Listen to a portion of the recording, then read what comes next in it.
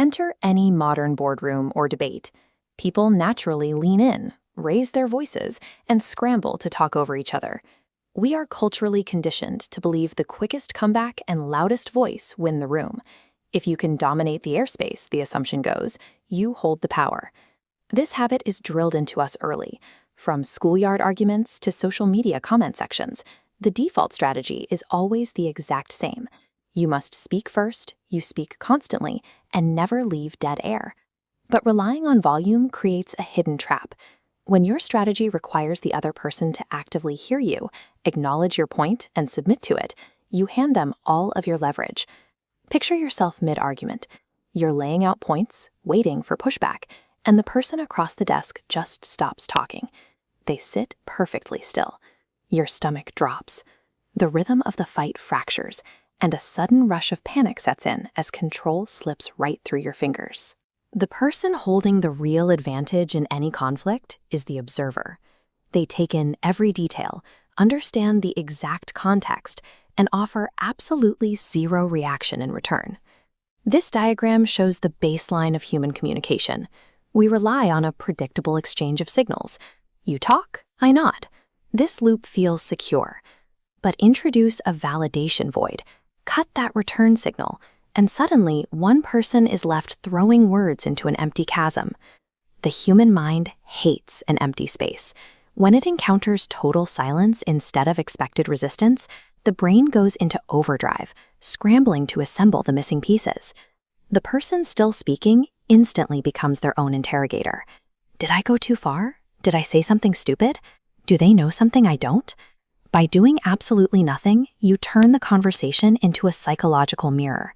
Their own insecurities bounce directly back at them, doing all the work for you. Let's flip the perspective to the person keeping their mouth shut.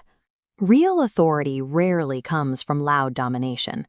It comes from the ability to sit quietly while everything around you spins out of control. When someone tries to pick a fight, they are casting out a line, hoping you'll bite. Keeping your mouth closed strips away their bait. You cannot be manipulated if you give them zero emotional material to work with. Because you aren't telegraphing your next move or defending your ego, the other person has no idea how to attack. You become a puzzle they cannot solve.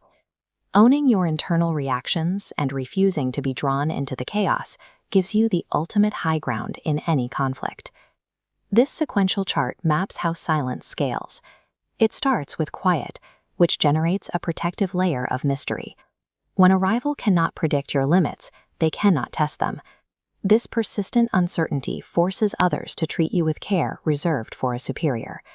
Every word spoken is a piece of information surrendered. By holding back, you retain the only data that matters in a conflict: your true intentions and your next move. In the behavioral equation of respect, your perceived authority is amplified the moment you stop providing the verbal energy required to sustain a petty provocation. We have to completely rethink our definition of quietness in high-stakes situations. A lack of noise is often mistaken for submission or confusion. This is the active suspension of reaction.